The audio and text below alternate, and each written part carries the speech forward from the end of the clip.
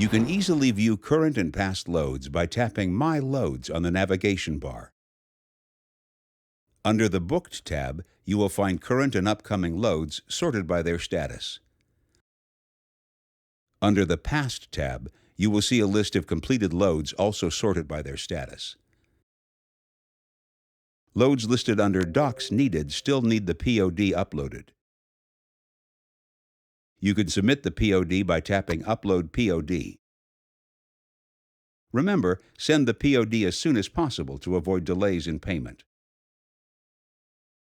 Loads listed as processing means the POD has been uploaded but yet to be approved. Complete loads are shown in chronological order, starting with the most recent one first.